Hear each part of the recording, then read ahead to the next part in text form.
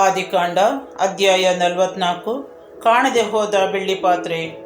ತರುವಾಯ ಜೋಸೇಫನು ತನ್ನ ಗೃಹ ನಿರ್ವಾಹಕನನ್ನು ಕರೆದು ಆ ಜನರ ಗೋಣಿ ಚೀಲಗಳಲ್ಲಿ ಹೊರುವಷ್ಟು ಧಾನ್ಯವನ್ನು ತುಂಬಿಸಿ ಒಬ್ಬೊಬ್ಬನ ಚೀಲದ ಬಾಯಿಯಲ್ಲಿ ಅವನವನ ಹಣದ ಗಂಟನ್ನಿಡು. ಕಿರಿಯವನ ಚೀಲದ ಬಾಯೊಳಗೆ ಅವನು ದವಸಕ್ಕೆ ತಂದ ಹಣವನ್ನಲ್ಲದೆ ನನ್ನ ಬೆಳ್ಳಿಯ ಪಾನ ಪಾತ್ರೆಯನ್ನು ಇಡು ಎಂದು ಅಪ್ಪಣೆ ಕೊಟ್ಟನು. ಗೃಹ ನಿರ್ವಾಹಕನು ಅದರಂತೆಯೇ ಮಾಡಿದನು. ಬೆಳಿಗ್ಗೆ ಹೊತ್ತು ಮೂಡುವಾಗಲೇ ಆ ಜನರು ಅಪ್ಪಣೆ ಪಡೆದು ಕತ್ತೆಗಳನ್ನು ಹೊಡೆದುಕೊಂಡು ಹೊರಟು ಹೋದರು. ಅವರು ಪಟ್ಟಣಗಳನ್ನು ಬಿಟ್ಟು ಸ್ವಲ್ಪ ದೂರ ಹೋಗುವಷ್ಟರಲ್ಲಿ ಜೋಸೇಫನು ತನ್ನ ಗೃಹ ನಿರ್ವಾಹಕನಿಗೆ, ನೀನೆದ್ದು ಆ ಜನರನ್ನು ಹಿಂದಟ್ಟಿ ಹೋಗಿ ಹಿಡಿ. ಅವರಿಗೆ, ನೀವು ಉಪಕಾರಕ್ಕೆ ಪ್ರತಿಯಾಗಿ ಏಕೆ ಅಪಕಾರ ಮಾಡಿದಿರಿ? ಆ ಪಾತ್ರೆಯಿಂದಲೇ ಅಲ್ಲವೇ ನನ್ನ ದಣಿ ಪಾನ ಮಾಡುವುದು? ಅದರಲ್ಲಿ ನೋಡೇ ಅಲ್ಲವೇ ಶಕುನ ಹೇಳುವುದು? ನೀವು ಮಾಡಿರುವುದು ಮಹಾ ನೀಚತನ ಎನ್ನಬೇಕು ಎಂದು ತಿಳಿಸಿದನು. ಗೃಹ ನಿರ್ವಾಹಕನು ಅವರನ್ನು ಹಿಂದಟ್ಟಿ ಹೋಗಿ ಹಿಡಿದು ಆ ಮಾತುಗಳನ್ನೇ ಹೇಳಿದನು. ಅದಕ್ಕೆ ಅವರು, ಅಯ್ಯ, ನೀವು ಇಂಥ ಮಾತುಗಳನ್ನು ಆಡಬಹುದೇ? ನಿಮ್ಮ ಸೇವಕರಾದ ನಾವು ಇಂಥ ಕೃತ್ಯವನ್ನು ಎಂದಿಗೂ ಮಾಡುವವರಲ್ಲ. ಮೊದಲು ನಮ್ಮ ಚೀಲಗಳ ಬಾಯಲ್ಲಿ ಸಿಕ್ಕಿದ ಹಣವನ್ನು ನಾವು ಕಾನಾನ್ ನಾಡಿನಿಂದ ವಾಪಸ್ಸು ತಂದು ನಿಮಗೆ ಕೊಟ್ಟೆವಲ್ಲವೇ? ಹೀಗಿರುವಾಗ ನಾವು ನಿಮ್ಮ ದಣಿಯ ಮನೆಯ ಒಳಗಿಂದ ಬೆಳ್ಳಿ ಬಂಗಾರ ಕದಿಯುವುದುಂಟೆ? ಆ ಪಾತ್ರೆ ನಿಮ್ಮ ಸೇವಕರಾದ ನಮ್ಮಲ್ಲಿ ಯಾರಾದರ ಬಳಿ ಸಿಕ್ಕಿದ್ದಾದರೆ ಅವರಿಗೆ ಮರಣದಂಡನೆ ಆಗಲಿ. ಅದು ಮಾತ್ರವಲ್ಲ, ನಾವೆಲ್ಲರೂ ನಮ್ಮೊಡೆಯನಿಗೆ ಊಳಿಗದವರಾಗುತ್ತೇವೆ ಎಂದರು. ಅದಕ್ಕೆ ಗೃಹ ನಿರ್ವಾಹಕ, ಸರಿ, ನೀವು ಹೇಳಿದಂತೆಯೇ ಆಗಲಿ. ಆ ಪಾತ್ರೆ ಯಾವನ ಬಳಿ ಸಿಕ್ಕುತ್ತದೋ ಅವನು ನನಗೆ ಊಳಿಗದವನಾಗಬೇಕು, ಉಳಿದವರು ತಪ್ಪಿಲ್ಲದವರು ಎಂದು ಹೇಳಿದ್ದೆ. ಅವರಲ್ಲಿ ಪ್ರತಿಯೊಬ್ಬನು ತನ್ನ ಚೀಲವನ್ನು ನೆಲಕ್ಕಿಳಿಸಿ ಬಿಚ್ಚಿದರು. ಅವನು ಹಿರಿಯವನಿಂದ ಮೊದಲುಗೊಂಡು ಕಿರಿಯವನ ತನಕ ಪರೀಕ್ಷಿಸಿ ನೋಡಿದನು. ಆ ಪಾತ್ರೆ ಬೆನ್ಯಾಮೀನನ ಚೀಲದಲ್ಲಿ ಸಿಕ್ಕಿತು. ಆಗ ಅವರು ತಮ್ಮ ಬಟ್ಟೆಗಳನ್ನು ಹರಿದುಕೊಂಡು ತಮ್ಮ ದುಃಖವನ್ನು ವ್ಯಕ್ತಪಡಿಸಿದರು. ಕತ್ತೆಗಳ ಮೇಲೆ ಚೀರೆಗಳನ್ನು ಹೇರಿ ಪಟ್ಟಣಕ್ಕೆ ಹಿಂದಿರುಗಿ ಬಂದರು. ಯೆಹೂದನು ಮತ್ತು ಅವನ ಅಣ್ಣ ತಮ್ಮಂದಿರು ಜೋಸೇಫನ ಮನೆಗೆ ಹಿಂದಿರುಗಿದಾಗ ಜೋಸೇಫನು ಇನ್ನೂ ಮನೆಯಲ್ಲೇ ಇದ್ದನು. ಅವರು ಅವನಿಗೆ ಅಡ್ಡ ಬಿದ್ದರು. ಅವನು ಅವರನ್ನು, ನೀವು ಮಾಡಿರುವ ಕೃತ್ಯ ಎಂಥದು?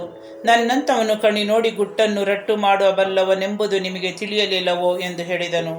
ಅದಕ್ಕೆ ಯೆಹೂದನು, ನಮ್ಮೊಡೆಯರಿಗೆ ನಾವು ಏನು ಹೇಳೋಣ? ಯಾವ ಉತ್ತರ ಕೊಡೋಣ?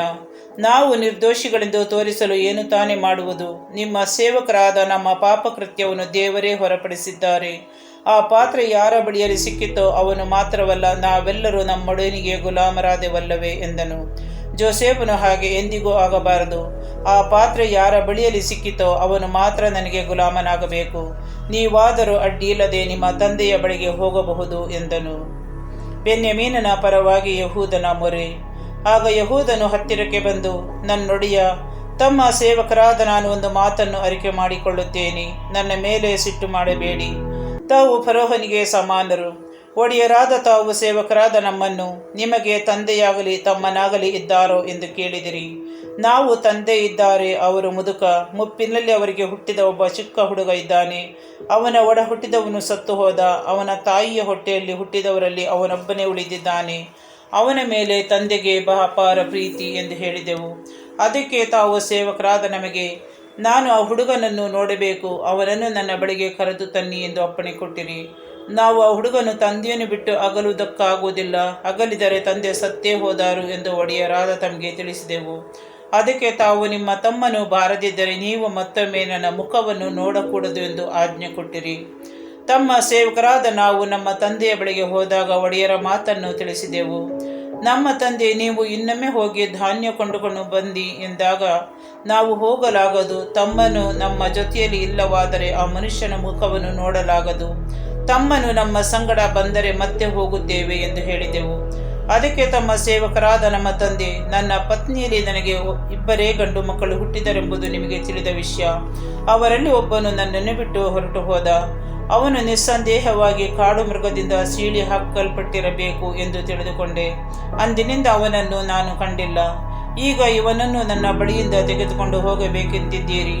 ಇವನಿಗೂ ಏನಾದರೂ ಆಪತ್ತು ಒದಗಿದರೆ ಈ ನರೆ ಕೂದಲಿನ ಮುದುಕ ಸಂಕಟದಿಂದ ಸಮಾಧಿ ಸೇರಲು ನೀವೇ ಕಾರಣರಾಗುತ್ತೀರಿ ಎಂದರು.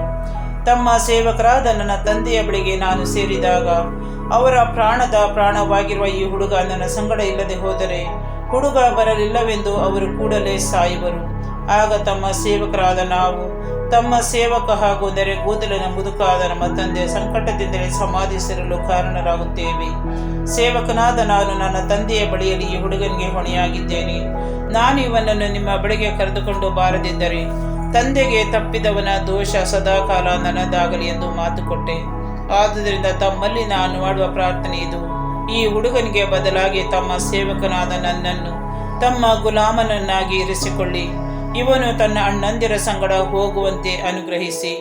ಈ ಹುಡುಗನನ್ನು ಬಿಟ್ಟು ನಾನು ನನ್ನ ತಂದೆಯ ಬಳಿಗೆ ಹೇಗೆ ತಾನೇ ಹೋಗಲಾದೀತು? ತಂದೆಗೆ ಉಂಟಾಗುವ ಮನೋಯಾತನೆಯನ್ನು ನನ್ನಿಂದ ನೋಡಲಾಗದು.